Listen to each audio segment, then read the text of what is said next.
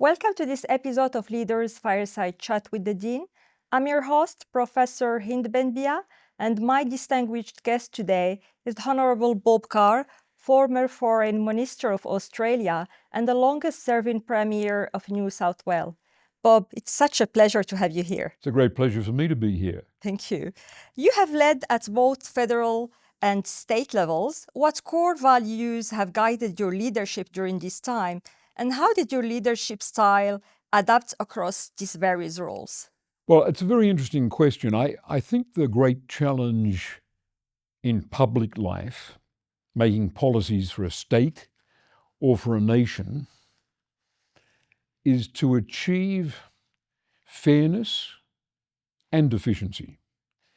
So running a state is very largely running a budget and seeking to do that so that there's good economic management prevailing.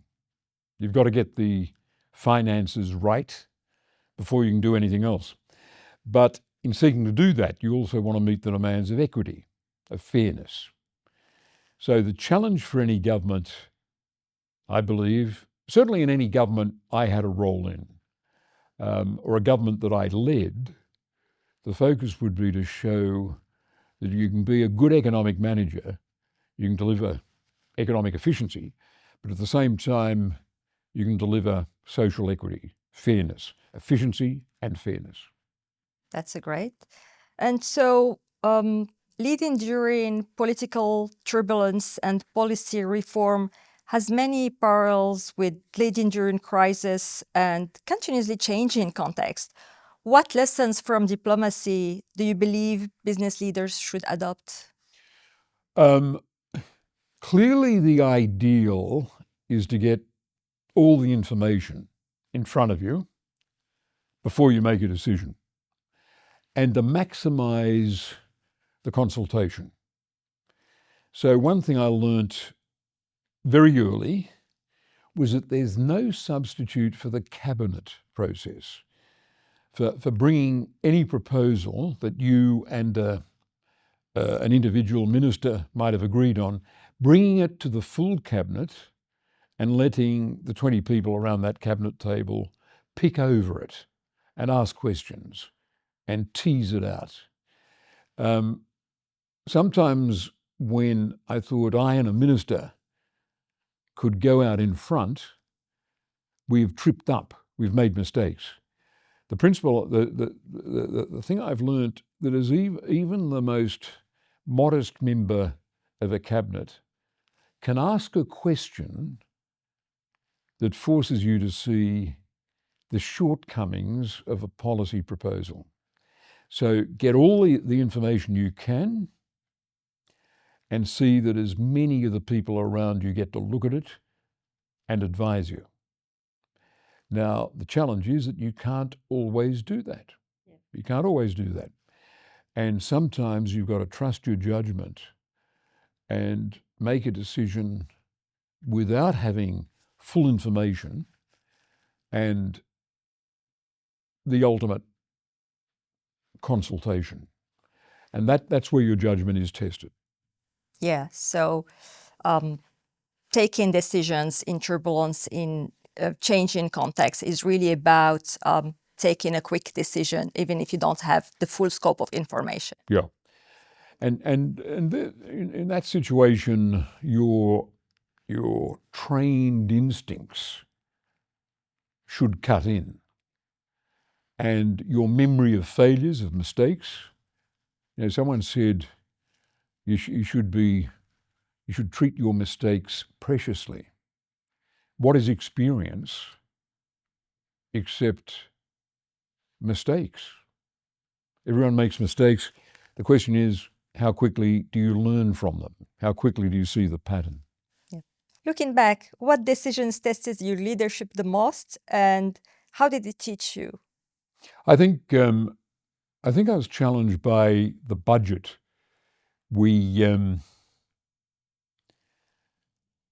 If you're running a state government budget, you need to cater to the ratings agencies certainly in my generation, in my time, and to see that they weren't reducing your rating from AAA to AA. Because at that point, you've got to pay higher interest rates on behalf of the people of New South Wales. And if interest rates go up, the biggest item in your budget, bigger than what you spend on health or education, could well be what you're paying in interest on the state government's borrowings. So I think getting that right was an important challenge. And I had to learn to say no to people who are expecting the government to do more and more. And when you've got the results, a number of balanced budgets and the AAA rating for the state secured in the context of a growing Australian economy, then you can be more confident about allowing borrowings to expand if there's a good economic case for them, or knowing when you've got to tighten the belt. All right. You've spoken about the importance of brevity and thoughtfulness as key dimensions of leaders' communications. How can leaders cultivate clarity in communication? I think it comes with experience, but it's good to have, and I didn't have this. If I had my time again, I would. It's good to have a coach, someone with experience, maybe a very experienced journalist, who could just stand at the back of your media conferences, just down the back, and watch how you handle difficult questions, watch how you explain a subject, and later say, well, you did these things that were good, but have you thought about making this point a slightly different way? Or I would stop saying such and such altogether. I think in the private sector, they have coaching. I think it probably doesn't exist in the government sector unless it's a confident staff member saying to a minister or a premier, I'd recommend you try different language. But I think you're more likely to get candid advice from someone outside. I believe in coaching. It wasn't around in my time. I believe in mentoring. I believe that a political leader should every now and then have a conversation with a senior business figure, a conversation in which the mentor can say, Premier or Prime Minister, you're very focused on such and such. Why don't you try a different policy approach? Why don't we tweak this policy? Or is it time to give up on that and try this instead? I would have enjoyed saying to the former chair of a major company, I've got to trim the government payroll. But the Labor Party has a policy of no forced redundancies.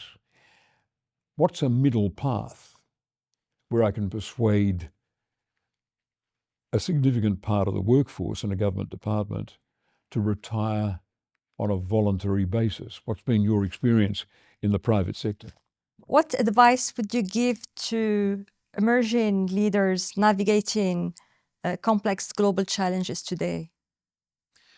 I think the key bit of advice would be find out everything you can about your three major challenges. What do you think are the three issues coming to hit you? The issues might be the decoupling of America or Europe from the Chinese economy. It might be artificial intelligence. And what would the third one be? The future of the Paris Accords on climate. If those are what you would identify as the three most challenging issues hitting your business, make them the three matters you concentrate on, eliminate the others, learn everything you can about those three. In other words, adopt an approach that you need to manage three issues closely and manage the other matters intruding on your time loosely. What have you got to manage closely? Keep close to your chest, follow every trend, every development, home in on every day, and what can you leave to senior colleagues with only an element of oversight on your behalf? That's a great advice, really focusing on the key areas and somehow delegating, but keeping a loop on the other ones. In politics, as in leadership, there is a need to be pragmatic in decision making. And how can leaders actually balance their idealism with political realities? Well, I'd expect a political leader to be cleaving to key principles. The public wants to know that you believe in key propositions and will trust you. Margaret Thatcher reduced her leadership to a large extent to simply repeating truisms. By asserting again and again that the government can't solve every problem, that government spending has got to be reduced, government regulations have got to be reduced, the size of the state sector, people grasped that she stood for things. It was left to her to make a decision about when she was pressing their tolerance too far, as she did in about her 10th year when she embraced something that was just too controversial, a poll tax. And that leads to another question. If something has worked well for a political leader and the electorate has come to rely on them to do that, there is the danger when they're around 10 years in office that they might depart from the things that are important to the electorate. John Howard, after about 10 years as Prime Minister, seemed to veer in a direction that was too adventurous when it came to workplace law. And he ended up giving the impression he wasn't the same reliable centrist John Howard. And that is a challenge for long-time leaders. There's a case for sticking to the formula that got you there and kept you there. All right. The same in business. You can very easily make that. If a company has done well, it's done well on the market, its shareholders are happy with the leadership, think very carefully before you lurch in a very different direction. Yep. Even if the market has changed and somehow you've got to change that direction. Well, that's your challenge. That's your challenge. Can you modernize? Can you stay relevant in a rapidly changing world while continuing to use the same selling points that gave you your position of strength? Yeah. In politics, it's a bad position when the electorate says, oh, this isn't the old John Howard, or this isn't the old Bob Carr. I thought he always stood for such and such and such and such. Now he seems to be lurching in a different direction. So it's really focusing on the key principles that everyone expects from you to deliver and stay on. I think so. And it might lead you to having to say, our principles are the same: debt reduction, balanced budget, but this is a case where we're doing it in a slightly different way. And the electorate thinks, oh, well, they are sticking to their principles, but he's asking us to contemplate an upgrading of the way they're applied. It's no change in the key policies, we're just applying them in a different way. That may be an argument that can work. Okay. Sounds good. What can universities do to better prepare students for leadership actually in this volatile, uncertain environment? I think give dynamic, compelling teaching. I'd love to look back on my university days and think that teacher could well have been the best in Australia. I can't say that.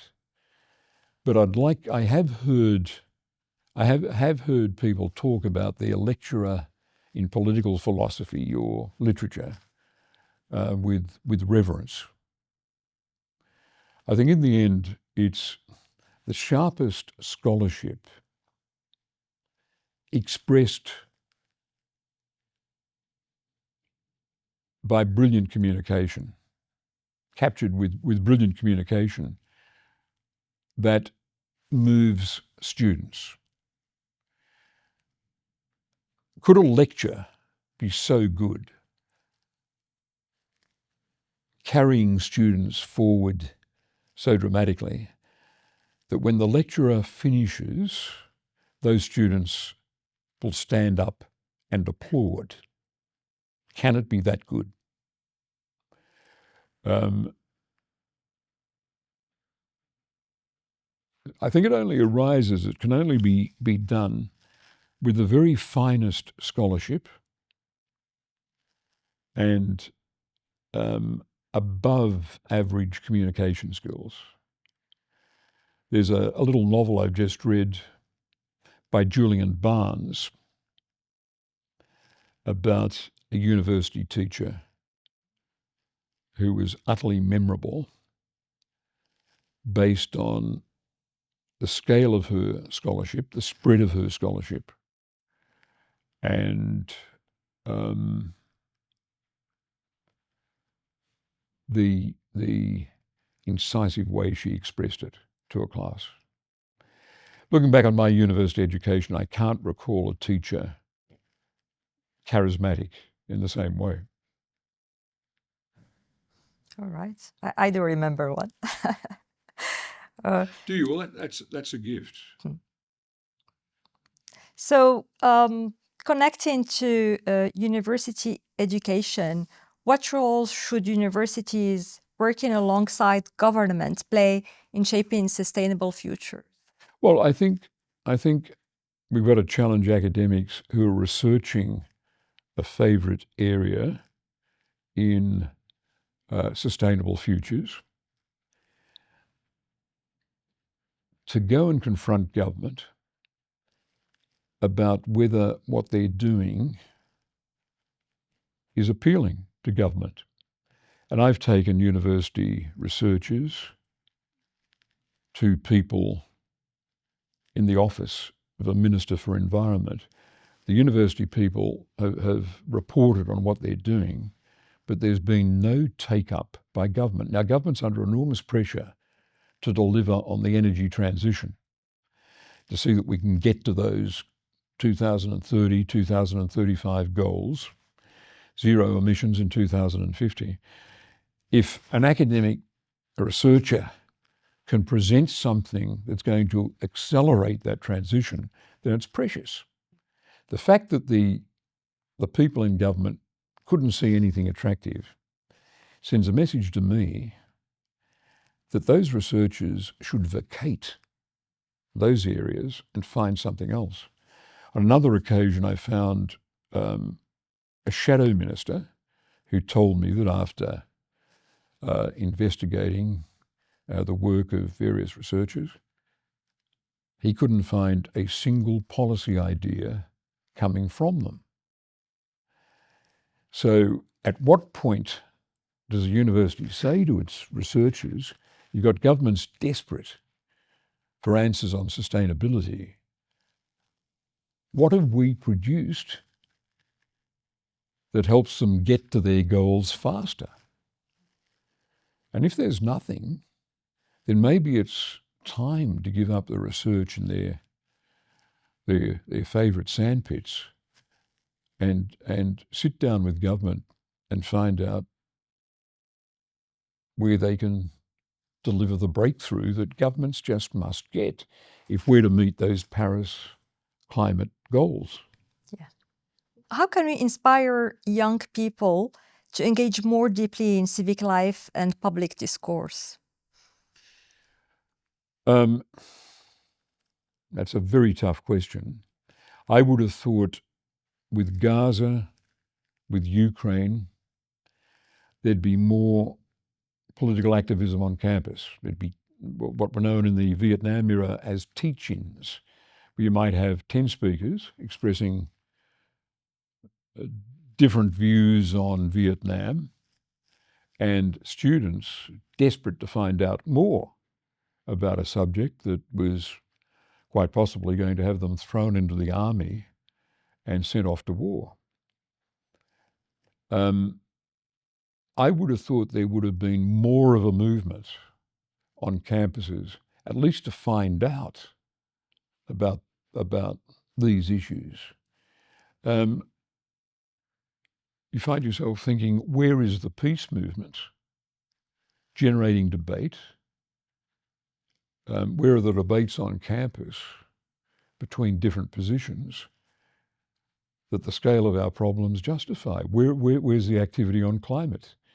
If you're 20 on a campus today, you face the distinct possibility of living in a world where the average global temperature could be 3 to 5 degrees higher than it is now.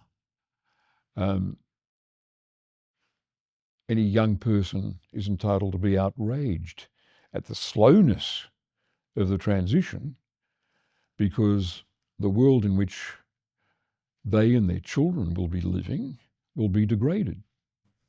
So, looking back, what are you most proud of from your time in office? And there are many contributions out there, but what is it that you're proud of?